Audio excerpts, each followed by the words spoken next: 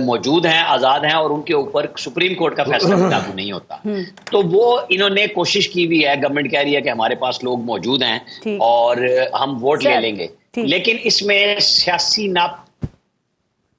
پختگی کہیں نہ کہیں نظر آ رہی ہے کہ یہ چیزیں بیہائنڈ دا سین طے ہو جاتی. میں اگر آپ کو ایک مثال دے دوں 1997 کی، جب مشہور زمانہ 8ویں ترمیم کو 13ویں ترمیم سے ختم کیا گیا، نواز شریف اور بے نظیر بھٹو دونوں بہت بڑی لڑائی کے بعد آئے تھے اور فاروق لغاری کے ساتھ ہاتھ ملا کے نواز شریف آئے تھے اور بے نظیر بھٹو صاحبہ کو نکالا تھا.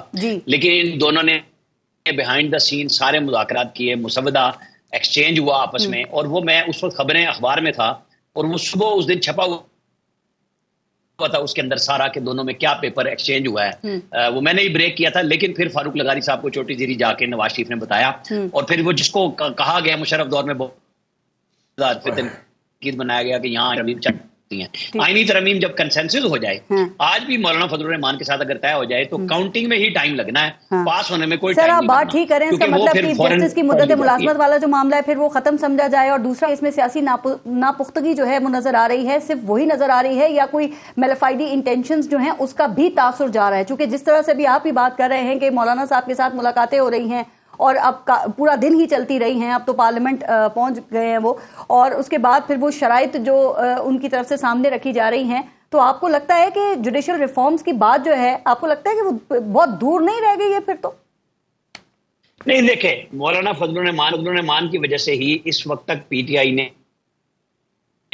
نہ تو کمیٹی کا بائیکاٹ کیا کہ مولانا فضل الرحمان مسجد میں اپنے گھر کی مغرب کی نماز بھی ادا کرتے ہوئے میں نظر آئے، اور مقتدی تھے پی ٹی آئی کے اراکین، ان کو لے کے چل رہے ہیں وہ سب کو جو بھی ان کے گھر پہ آ رہا ہے. تو ایک وسیع تر اتفاق رائے کی اگر کوشش ہوتی ہے تو اس کو ہم میلافائڈ تو نہیں کہہ سکتے. ہاں میلافائڈ انٹینشن یہ ہوتی ہیں جو پی ٹی آئی کی نظر میں، جو عمران خان صاحب بار بار کہہ رہے ہیں کہ یہ قاضی صاحب کو مسلط کرنے کے لیے آئینی ترمیم کر رہے ہیں اور آئینی کوڈ بنا رہے ہیں اور ہم اس کی مخالفت کریں گے. میں نے اس لیے آپ سے یہ پوچھا کہ جس انداز میں یہ ترامیم کی جا رہی ہے نا سر، تو اس سے ایک تاثر ہے کہ میلیفائڈی انٹینشنز اس میں ہیں. دوسری بات یہ کہ اب بات جو ہے مولانا صاحب پر ہی آ کے رکی ہوئی ہے، اور دوسرا یہ کہ مولانا صاحب شامل ہو جاتے ہیں، حق میں ووٹ دیتے ہیں، اس کے بعد جو 2 یا 3 ووٹس کی ضرورت پڑے گی، اراکین کی ضرورت پڑے گی، وہ حکومت کیسے پوری کرے گی؟ چونکہ پاکستان تحریک انصاف یہاں پہ یہ دعویٰ کر رہی ہے کہ باجوڑ سے جو وہ آزاد امیدوار ہیں مبارک زیب، ان کے علاوہ باقی تمام لوگ جو ہیں وہ حلف نامے پی ٹی آئی کے جمع کروا چکے ہیں، تو وہ کہاں سے آئیں گے ممبرز؟ دیکھیں میں اس کی بحث میں نہیں پڑھنا چاہتا، لیکن 6 لوگ وہ ہیں جس میں علی اصغر خان بھی ہیں، جس میں بریگیڈیئر اسلم گھمن بھی ہیں، 6 لوگ ہیں جن کے اوپر سپریم کورٹ کا کسی قسم کا فیصلہ لاگو نہیں ہوتا. آج آپ ان کے الفیہ بیان دے دینا، اس کا اثر نہیں ہوتا. انہوں نے جنہوں نے پہلے کاغذات میں اپنے آپ کو شو کیا یا 3 دن میں انٹینشن دے دی کہ ہم پی ٹی آئی میں یا سنی اتحاد کونسل میں جانا چاہتے ہیں، ان کے اوپر وہ فیصلہ لاگو ہوتا ہے. ان کے اوپر نہیں ہوتا جو آپ اس فیصلے کے بعد جمع کراتے ہیں کہ یہ سہولت ان لوگوں کو دی گئی تھی جنہوں نے انٹینشن شو کی تھی، جس کو سپریم کورٹ نے ایک طرف سے پورا انصاف پی ٹی آئی کو فراہم کیا، جو درخواست دینے بھی نہیں آئی تھی. وہاں سنی اتحاد کونسل آئی تھی، انہوں نے درخواست دی تھی، تو ان کو بھی ہٹا کے انہوں نے کہا نہیں یہ عمران خان کے تھے لوگ اور یہ پی ٹی آئی کے لوگ تھے، آپ نے مانا ہے. اب کل سپریم کورٹ کے اوپر بھی کوسچن مارک آیا کہ آپ نے کاز لسٹ جاری کیے بغیر چیمبر کی سماعت کا جو حکم نامہ دیا گیا وہ موجود ہے کوسچن مارک. تو وہ وضاحت نامہ وہ اس پہ کوئی اثر پڑے گا یا نہیں پڑے گا، اس پہ ذرا بات کرتے ہیں. لیکن نعیم حیدر پنجوتا صاحب، آپ کی جماعت کے اس وقت کتنے اراکین ہیں جنہوں نے پاکستان تحریک انصاف کے جو حلف نامے ہیں وہ جمع نہیں کروائے ہیں؟ دیکھیں بہت شکریہ، آپ نے موقع دیا. جہاں تک حلف ناموں کی بات ہے تو کچھ ہمارے اراکین ہیں جنہوں نے جمع نہیں کروائے، لیکن یہاں پر کویسچن کیا اٹھتا ہے، وجہ کیا اٹھتی ہے، جو میرے رانا صاحب ہیں کلیگ ہیں فرما رہے تھے. بات یہ ہے کہ یہاں سب سے پہلے آپ نے دیکھنا ہے کہ کیا اسمبلی کے اندر جو ہے وہ سینٹ کے اندر جو ہے نمائندگی جو ہے وہ ایوانوں کے اندر کمپلیٹ ہے. تو سب سے پہلے اگر دیکھیں تو آپ کو نظر آئے گا کہ کے پی جو سینٹ ہے وہاں پر تو الیکشن ہی نہیں ہوا، اور دوسرے نمبر پر جو مخصوص نشستیں ہیں جو سپریم کورٹ نے فیصلہ دیا تھا بھی یہاں پر آ کر کوئی ووٹ کاؤنٹ نہیں کرنا، کیونکہ اس وقت اس کے اوپر بھی ابھی تک معاملہ الیکشن کمیشن کے اندر جو ہے وہ انہوں نے لٹکایا پینڈنگ کیے ہوئے. تو جب تک ایوانوں کی نمائندگی مکمل نہیں ہوگی، ایوان کے مکمل ہونے کی بات کر رہے ہیں یا مطلوبہ اکثریت کی بات کر رہے ہیں آپ؟ جی مطلوبہ اکثریت تو ایوان سے کیا پھر فرق پڑتا ہے اس پہ؟ کانسٹیٹیوشن کے اندر یہ نہیں لکھا ہوا کہ موجودہ، وہاں پر لکھا ہوا ہے کہ دونوں ایوان میں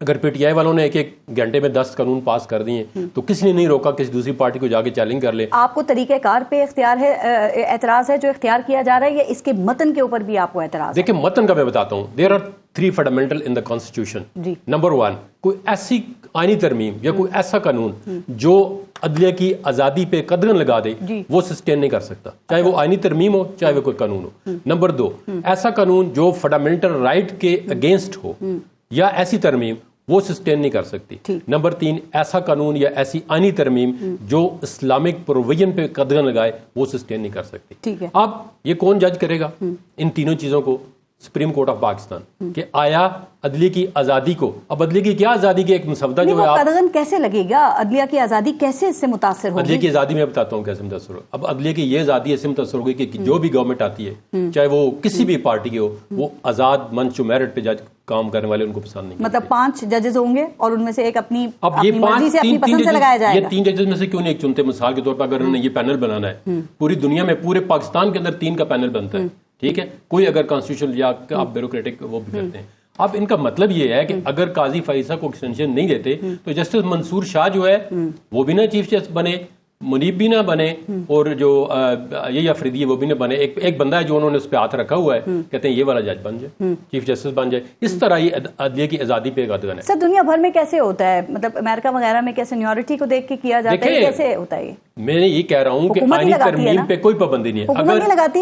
نہیں، حکومت پارلیمنٹ اوور سائٹ ہے پوری دنیا کے اندر. کسی نے روکا ان کو پارلیمنٹ اوور سائٹ کرے؟ اگر ایک پوائنٹ سینیورٹی پہ تو نہیں ہوتا نا دنیا بھر میں. پھر نہیں، سینیورٹی کی بات میں یہ نہیں کر رہا، میں انٹینشن کی بات کر رہا ہوں. اچھا، وہ سینیورٹی آج سے کوئی یہ جو جج بنے سپریم کورٹ کے، ان کا کتنا عرصہ ہو گیا؟ یہ اگر کمپیٹنٹ نہیں تھے تو ان کو سپریم کورٹ کے اندر کیوں لایا گیا ہے؟ ان کے اندر کیا ڈیفیشنسی؟ اب منصور شاہ جو ہے اس کی جورسپروڈنس، اس کی ججمنٹ کے ساتھ کوئی دوسرا جج سپریم کورٹ کو مجھے بتا دے کوئی وکیل کے اس کے مقابلے میں کون سا جج ہے؟ ابھی جو سٹنگ جج آف سپریم کورٹ ججمنٹ ان کی پڑھے نا. آپ جج سے کس طرح آپ جج کریں ہیں کہ یہ اچھا جج ہے، اس کی جورسپروڈنس ڈیولپ ہوتی ہے. تو یہ آپ بات نہیں کہ اگر ایک مطلب کسی کی ڈفرنس اوپینین ہو سکتی ہے، کوئی ججمنٹ مجھے پسند نہیں ہے، کوئی مطلب ہے پی ٹی آئی کو پسند نہیں ہے، کوئی رانا صاحب کو پسند نہیں ہے، ڈفرنس اوپینین ہو سکتا ہے میرے خلاف. لیکن آپ نے ایز اے ہول میرٹ پہ دیکھنا ہے. یہ لگ رہا ہے کہ وہی چاہتے ہیں کہ جسٹس منصور علی شاہ اور جسٹس جو منیب اختر ہیں وہ چیف جسٹس نہ بنے. بالکل ایگزیکٹلی. انہوں نے 5 کا پینل ہی اس لیے پرپوز کیا ہے کہ 5 کے پینل میں 2 جو جج شامل ہیں، یا ایک جج جنہوں نے ابھی جو یہ ریزرو سیٹ والا فیصلہ تھا وہ اس میں گورنمنٹ کی فیور میں فیصلہ دیا ہے. دیکھیں اس طرح نظام نہیں چلتے. اگر میرے خلاف ایک فیصلہ ہے، میں نے کہا میں نے اس جج کو نہیں چھوڑنا ہے. بھائی آپ کے پاس ریمیڈ، آپ یہ کہتے ہیں آئینی عدالت بنائیں. اب آئینی عدالت آپ کافی پرانا مطالبہ ہے تاکہ یہ دیکھیں نا پولیٹیکل پارٹیز ہر اپنے مسئلے کو لے کے سپریم کورٹ میں چلی جاتی ہیں.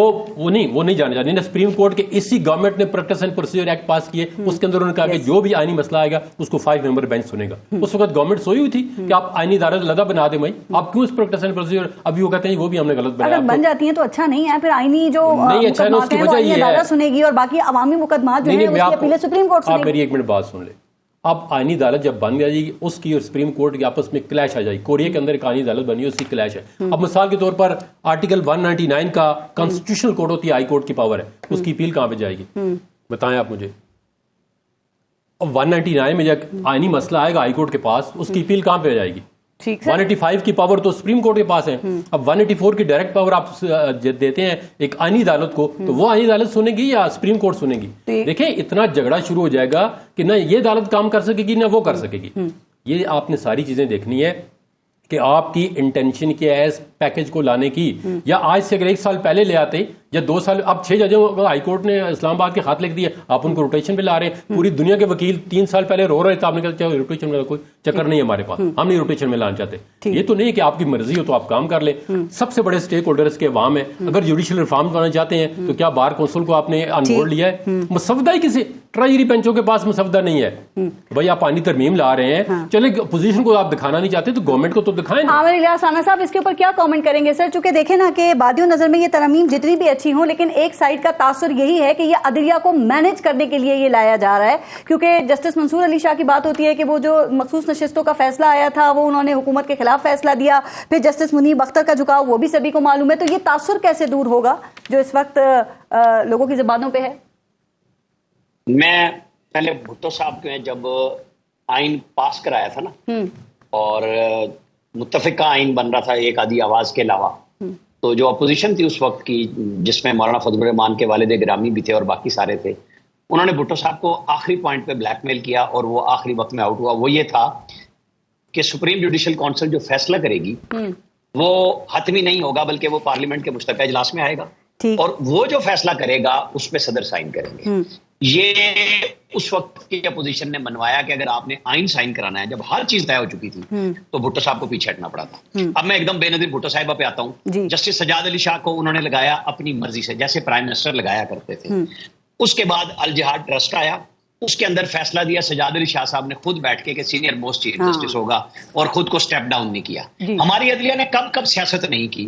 یہاں ثاقب نثار صاحب بیٹھ کے اگلے 15 سال کے چیف جسٹس طے کر رہے تھے. اس میں قاضی فائز عیسیٰ ایک ایسے آگے جن کو نکالنے کا بندوبست کیا اور وہ پھر بچ گئے، جس کی وجہ سے آج یہ سارے کے سارے.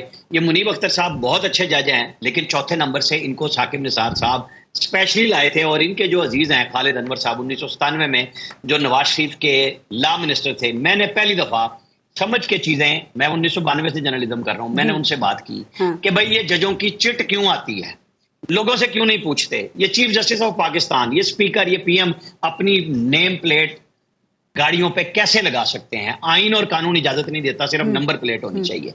یہ چیزیں میں اس وقت سے اخبار کے زمانے سے اور آج تک کرتا آ رہا ہوں کہ بھائی یہ چٹوں پہ جج کیوں بھرتے ہوتے ہیں، چیمبر پہ یہ بڑے بڑے وکیل بلیک میل کیسے ہوتے ہیں عدالتوں میں، اور کرتے کیسے ہیں؟ کیونکہ ہمارے چیمبر کے وکیل لگ جائیں. کیا سیاسی جماعتوں کے وکیل امریکہ میں نہیں لگتے؟ ہمارے ہاں کیوں نہیں کنسنسس ہوتا کہ جو اچھا وکیل ہے وہ چاہے کسی کا بھی ہو انصاف دینے والا ہوگا؟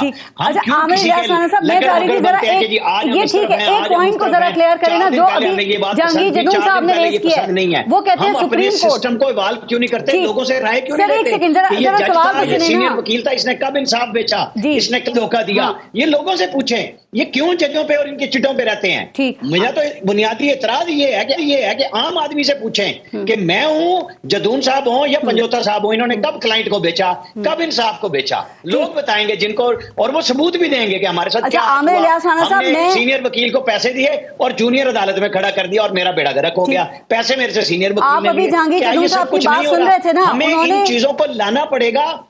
آج میں کسی کے حق میں ہو سکتا ہوں، کل کسی کے خلاف. نظام انصاف کو اوپن کریں، لوگوں کے لیے ٹھیک لے کے آئیں. عامر الیاس رانا صاحب میری آواز آپ کو آ رہی ہے؟ جی میں کہہ رہی ہوں کہ جو اپنی گفتگو میں جہانگیر جنون صاحب بات کر رہے تھے کہ عادت اگر بنتی ہے تو اس کا سپریم کورٹ کے ساتھ کلیش ہوگا، وہ اس پوائنٹ کو ذرا کلیئر کریں تو پھر کیا کیا جائے گا؟ دیکھیں جو انہوں نے آرٹیکل کا حوالہ دیا، جو سپریم کورٹ کی اوریجنل جورسڈکشن ہے، جو ہائی کورٹ کی 199 ہے، آپ کے خیال میں جو لوگ بیٹھے ہوئے ہیں پیپلز پارٹی نون لیگ کے، یہ چھوٹے بچے ہیں وکلا جو کام کر رہے ہیں، انہیں نہیں پتا ان چیزوں کا؟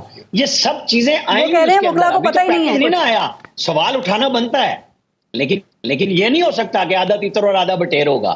یہ چیزیں کلیئرٹی کے ساتھ آئیں گی اور اسی لیے روکی گئی ہیں کہ اوپر جا کے، مطلب کل سپریم کورٹ کے جو ججوں نے، میرا تو یہ اعتراض ہے، جب ساری زندگی چیمبر اپیلوں کی کاز لسٹ آتی ہے تو کل کیوں نہیں آئی؟ ٹھیک ہے عامر الیاس، کیبنٹ کا سیشن ہے نا وہ کل تک ملتوی ہو گیا، اس کا مطلب یہ ہے کہ ان کو پتہ ہی نہیں چلے گا نا، کل ہی پتہ چلے گا جب کابینہ میں بیٹھیں گے. نون لیگ کے اپنے لوگ پروگرام میں آ کے یہ بات کر رہے تھے، ہمیں تو نہیں پتا کہ مسودے کے اندر کیا ہے. نہیں، ہر چیز ہر بندے سے پہلے شیئر نہیں ہوتی، ہونی چاہیے کہ جب آپ لے کے آ رہے ہیں. لیکن اتفاق رائے تو ہونا چاہیے نا، اگر مولانا کے ساتھ بھی اتفاق رائے ہوتا تو اتنا. آپ یہ کہہ سکتے ہیں کہ جی کابینہ سے اپروو کرا کے بل لائیں اور وہاں بحث کرائیں. یہ کوشچن ہو سکتا ہے کہ آپ اراکین کے ذمے بل لگائیں کہ جی ہم لائیں اور ان کو بحث کا ٹائم دے دیں. یہ نہیں ہو سکتا کہ جی ہر چیز کو پہلے سے بانٹ دے گورنمنٹ. جو کنسنسس وہ والو کر رہے ہیں، مولانا فضل الرحمان کے ساتھ بات کر رہے ہیں، ایون پی ٹی آئی سے بات ہو رہی ہے، تھرو کمیٹی بات ہو رہی ہے، اس کے اندر عمر ایوب کوسچن کر رہے ہیں، بیرسٹر گور کوسچن کر رہے ہیں. لیکن کیا ان حالات میں یہ طریقہ کار درست؟ پہلے آپ اتفاقی رائے پیدا کر لیں گے تو اتنی لمبی بڑی ایکسرسائزز نہیں کرنی پڑیں گی جو کہ صبح سے شام تک آج آپ نے دیکھی ہیں. نہیں حیدر پنجوتا صاحب، آپ بتائیے کہ یہ جو ملک میں آئینی عدالت کی بھی ضرورت نہیں ہے آپ سمجھتے ہیں؟ کیونکہ ہر آئینی مسئلہ، خاص طور پہ آپ لوگ تو لے کے چلے جاتے ہیں سپریم کورٹ، 65,000 کیسز جو ہیں وہ پینڈنگ ہیں، عوام جو ہیں وہ رول گئے ہیں، ان کے فیصلے نہیں ہو پاتے ہیں.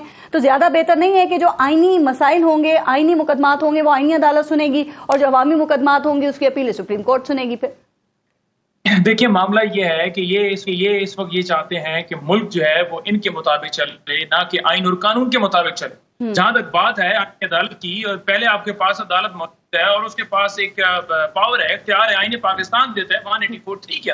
تو جب 184(3) کے تحت جو ہے سپریم کورٹ کے پاس اختیار ہے، تو پھر اس میں 184 کو تو امینڈ کر دیں گے نا.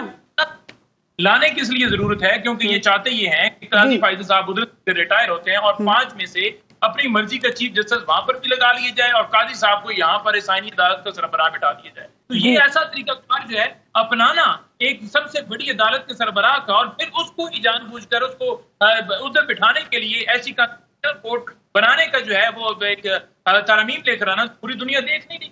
تو اس کے پیچھے یہی وجہ ہے تاکہ ساری ہماری جتنی درخواستیں ہیں پاکستان تحریک انصاف کی وہ ادھر آئیں اور پھر وہ اس کے اوپر سنوائی نہ کریں اور اسٹیبلشمنٹ اپنی مرضی کے مطابق وہاں پر فیصلے کروائے. ٹھیک صاحب، جو یہ شکایت پاکستان تحریک انصاف کر رہی ہے کہ جی وہ ان کے اراکین کو ڈرایا دھمکایا جا رہا ہے، خواتین کو اٹھایا جا رہا ہے ان کی، سر یہ اگر ہو رہا ہے تو یہ تو غلط نہیں ہے، پھر سنگین جرم نہیں ہے ویسے؟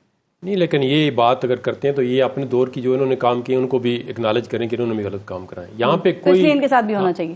نہیں، میں نہیں کہتا ان کے ساتھ ہونا چاہیے، ایٹ لیسٹ یہ کہیں جی ہم نے غلط کام کیا اب نہیں ہونا چاہیے، یہ بات کوئی بھی نہیں کہتا. ان سب کی اصولی پوزیشن ہونی چاہیے، اصولی پوزیشن ہونی چاہیے کہ ایک کام دیکھیں نا آج بھی غلط ہے تو وہ کل بھی غلط ہوگا. ایک کام 2018 میں غلط تھا، اب ریکارڈ پہ لائے نا کہ اس وقت ایجنسیوں والے جو ہے وہ بجٹ نہیں پاس کراتے تھے. میں نہیں کہہ رہا ہوں، عمران خان کی تقریر آپ ٹی وی پہ چلا دیں کہ جی ہم بجٹ کس طرح پاس کرتے ہیں. یہ بات ابھی میں نے ان سے کی تھی، لیکن ایک بات تو ذرا بتائیں نا کہ یہ جو مسودہ ہے آئینی ترمیم کا یہ اتنا خفیہ کیوں رکھا گیا ہے؟ اس میں کیا ڈر خوف ہے؟ From the very outset میں کہہ چکا ہوں کہ مسودہ یہ آئینی ترمیم ہے، یہ اس میں سٹیک ہولڈر ہے پاکستان کی عوام.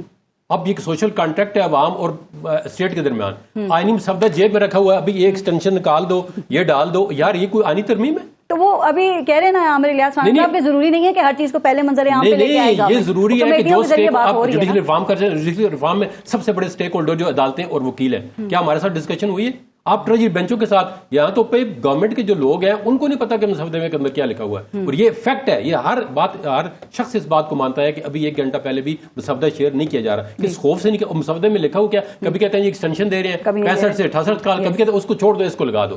یار اس طرح آئینی ترمیم نہیں ہوتی. ایک ملک ہے اس کے ساتھ ڈیموکریٹک اگر کہتے ہیں آپ، ہے تو نہیں ہے ڈیموکریسی، میں تو نہیں مانتا ہوں، لیکن چلیں کوئی کہتے ہیں کہ ڈیموکریسی لولی لنگڑی چل رہی ہے تو مان لیتے ہیں کہ چل رہی ہے، لیکن اس کا خدا کے لیے کچھ اشر اشیر رہنے دیں.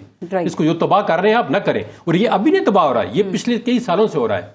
یہ آن دا ریکارڈ ہے. پرائم منسٹر جو ابھی جیل میں ہے انہوں نے کہا جی ہمارے پاس ممبر نہیں تھے، پورے کرنے والا فیض حمید تھا. تو اب دیکھیں نا اس ملک کے اندر کتنا کھلواڑ ہو رہا ہے، کیسے ہوتی ہیں یہاں پہ ترامیم پاس. اب بھی جو ہے ابھی ہمیں نہیں پتا مسودہ کون بنا رہا ہے، کس نے ڈرافٹ کیا ہے، کیوں کیا ہے، اس کے اندر انٹینشن کیا ہے. حکومت کے لوگ خود اس سے ابھی لا علم ہے. بریک لیتے ہیں، دیکھتے رہیے گا نیوز بھی. اچھا پنجوتا صاحب، ویسے کیا خیال ہے کہ سپریم کورٹ کے جو 8 اکثریتی ججز ہیں، وہ جو مخصوص نشستوں والا کیس تھا اس میں یہ الیکشن کمیشن کو ابہام تھا اسے دور کرنے کے لیے انہوں نے کل ہی کا دن کیوں چنا ہے جب آئینی ترمیم کے حوالے سے گورنمنٹ کی تیاری مکمل ہو چکی تھی؟ کیا وجہ اس کی لگتی ہے؟ چونکہ ابھی تک آپ دیکھیں 12 جولائی کو مخصوص نشستوں کا فیصلہ آیا تھا، 2 ماہ اس کو ہو چکے ہیں، تفصیلی فیصلہ بھی نہیں آیا ہے، جو نظر ثانی کی اپیل تھی وہ بھی ابھی تک سماعت کے لیے مقرر نہیں ہو سکی ہے. تو کل ہی کا دن کیوں؟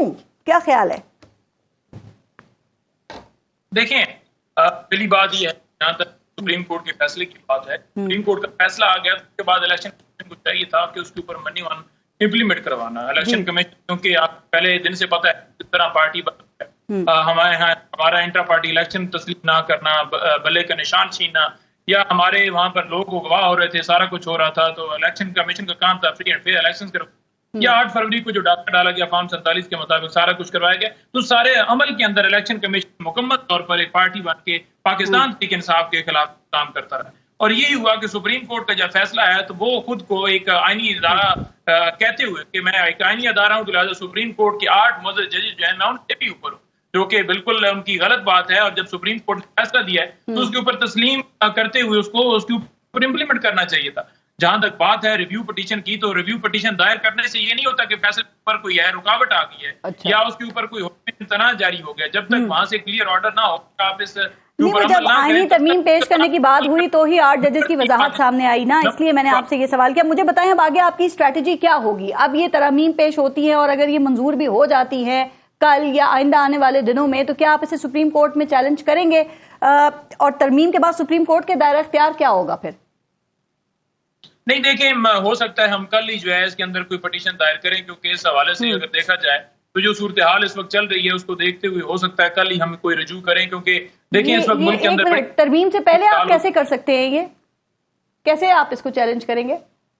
بات یہ ہے نا کہ دیکھیں اگر آپ دیکھیں اس وقت اسمبلی بھی مکمل نہیں ہے، عوام جو سینٹ کی نمائندگی ہے وہ بھی نہیں ہے، اور جہاں تک اغوا کیے گئے ہیں وہ بھی اس وقت جو ہے وہ اٹھائے گئے ہیں، اور یہ سپریم کورٹ کا کام ہے کہ پروٹیکشن دینا لوگوں کو، جو اغوا کاریاں ہیں، جو ساری چیزیں ہو رہی ہیں اس کے اوپر جو ہے بالکل جایا جا سکتا ہے، اس کے اوپر ہماری مشاورت بھی ہے. لیکن بات یہ ہے کہ جو الیکشن کمیشن ہے وہ جان بوجھ کے اس نے ہرڈل پیش کی، جان بوجھ کے اس نے اس کے اوپر عمل نہیں کیا، اور سپریم کورٹ میں اس کا جانا یہ سمجھ سے باہر تھی. اور سپریم کورٹ نے جو فیصلہ دیا ہے، لیکن سپریم کورٹ نے بالکل ٹھیک ٹائم کے اوپر دیا ہے، کیونکہ اس وقت جو ہے وہ جہاں پر یہ آئینی ترمیم کی باتیں کی جا رہی تھی، ایک عدلیہ جو ہے اس کو کمپرومائز کرنے کی، یعنی کہ آپ کہہ رہے ہیں کہ وضاحت نما آرڈر جو ہے وہ بالکل صحیح وقت پہ دیا گیا ہے. لیکن ایک بات پنجوتا صاحب جو آپ نے کی، میں ذرا جہانگیر جدون صاحب سے وہ پوچھنا چاہ رہی ہوں کہ اگر ترمیم پیش نہیں ہوتی، منظور نہیں ہوتی، تو اس سے پہلے یہ اس کو چیلنج کر سکتے ہیں؟ کہہ رہے ہیں ہم کل صبح ہی جائیں گے.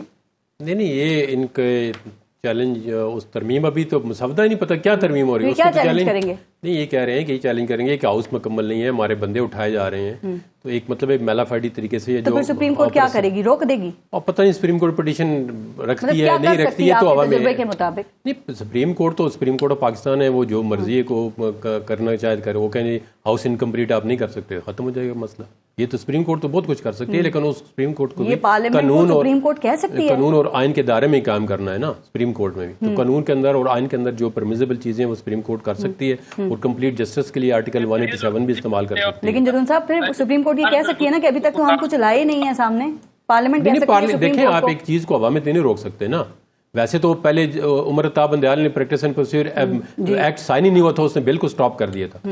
بل ٹیبل ہوا تھا تو اس نے اسٹے آرڈر دے دیا تھا عمر عطا بندیال نے. تو سپریم کورٹ تو کچھ بھی کر سکتی ہے، لیکن آئین کرنا یہ چاہیے کہ جو آئین اور قانون اجازت دیتا ہے اس کے اندر ہی کرنا چاہیے. ٹھیک ہے، کر تو سکتی ہے، لیکن جو وہ کہے گی وہ امپلیمنٹ بھی ہوگا. امپلیمنٹ تو آپ دیکھیں نا، آپ بھی جو انہوں نے اسپیشل سیٹ پہ ابھی آپ نے کہا ہے، اب الیکشن کمیشن نے ان کا آرڈر امپلیمنٹ نہیں کیا، حالانکہ اس میں کوئی ابہام نہیں تھا، لیکن انہوں نے کہا تھا کہ اگر کوئی پارٹی اس میں سمجھے ابہام تو وہ آ جائے. تو وہ کہتے ہیں کہ یہ آرڈر کیسے دے دیا؟ ابھی تک تو سماعت ہی نہیں ہوئی تھی نا اس کی، نہ بلایا گیا. نہیں وہ تو ان چیمبر دیا ہے نا. دیکھو انہوں نے وضاحت کی، انہوں نے کوئی ریویو تو نہیں سنا ہے نا. تو یہ دے سکتے ہیں اس طرح آرڈر؟ انہوں نے سارے ایک جج نے نہیں دیا، 8 جج نے دیا. انہوں نے کہا جی اس کی یہ انٹرپریٹیشن ہے، وضاحت کی ہے.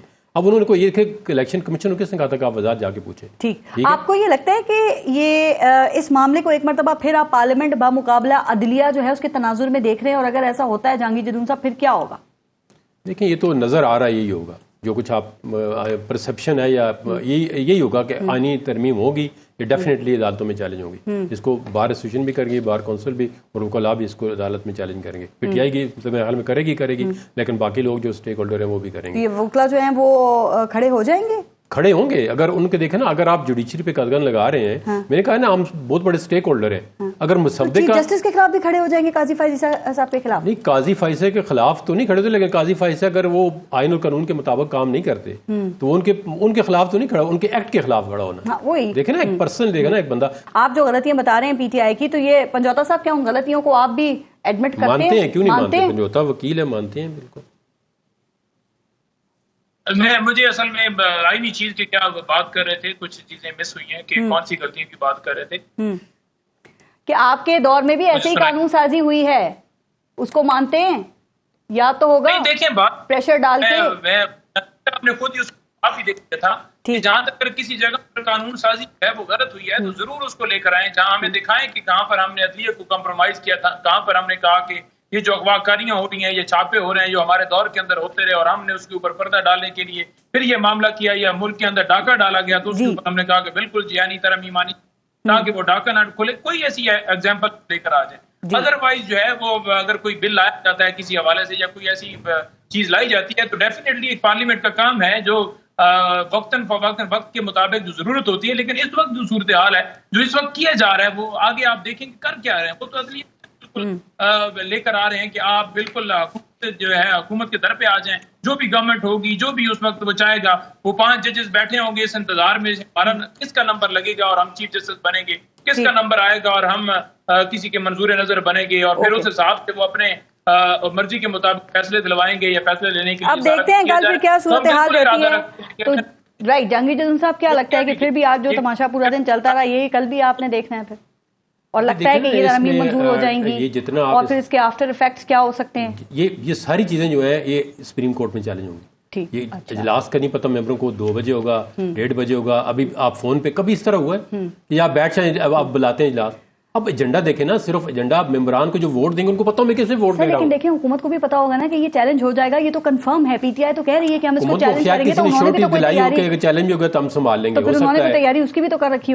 ہوگی. یہ تو ہمیں تو نہیں پتا, حکومت والوں کو پتا ہوگا, نہیں آپ کو, مجھے تو نہیں پتا. ویسے 2/3 اکثریت سے پارلیمنٹ میں اگر کوئی ترمیم پاس ہوتی ہے تو اسے سپریم کورٹ میں چیلنج ہونا چاہیے کہ اس سے پارلیمنٹ کی جو سپریمیسی ہے اس کو ڈینٹ نہیں لگے گا, متاثر نہیں ہوگی. نہیں متاثر ہوگی. اگر پارلیمنٹ نے لا ٹھیک پاس کیا ہوگا, آئینی ترمیم جو ہے وہ ٹھیک پاس کی ہوگی تو متاثر نہیں ہوگی. چونکہ عام قانون سازی چیلنج ہوتی ہے وہ تو کل عدم ہو جاتی ہے. 2/3 اکثریت تو دیکھیں کانسٹیٹیوشنل امینڈمنٹ جب بھی چیلنج ہوتی ہے نا, اب دیکھیں کانسٹیٹیوشنل امینڈمنٹ پہ کرنے کے اعتراض نہیں ہے. جب جو ملٹری کورٹس کی امینڈمنٹ تھی, حالانکہ جتنی پارٹی تھی وہ ملٹری کورٹس کو نہیں مانتی تھی, لیکن انہوں نے سن سیٹ کلاس ڈال کے جب پشاور اسکول پہ حملہ ہوا, پبلک اسکول پہ, سب نے آگے بیٹھ کہا یہ ترمیم ہونی چاہیے. اس طرح ہوتا ہے کنسنسس.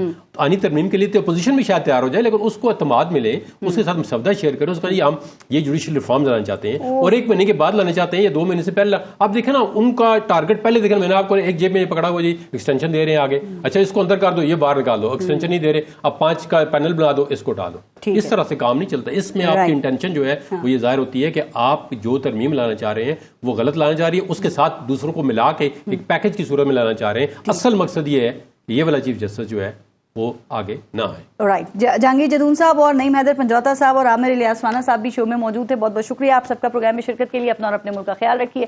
پارس جہاں زیب کو اجازت دیجیے. اللہ نگہبان.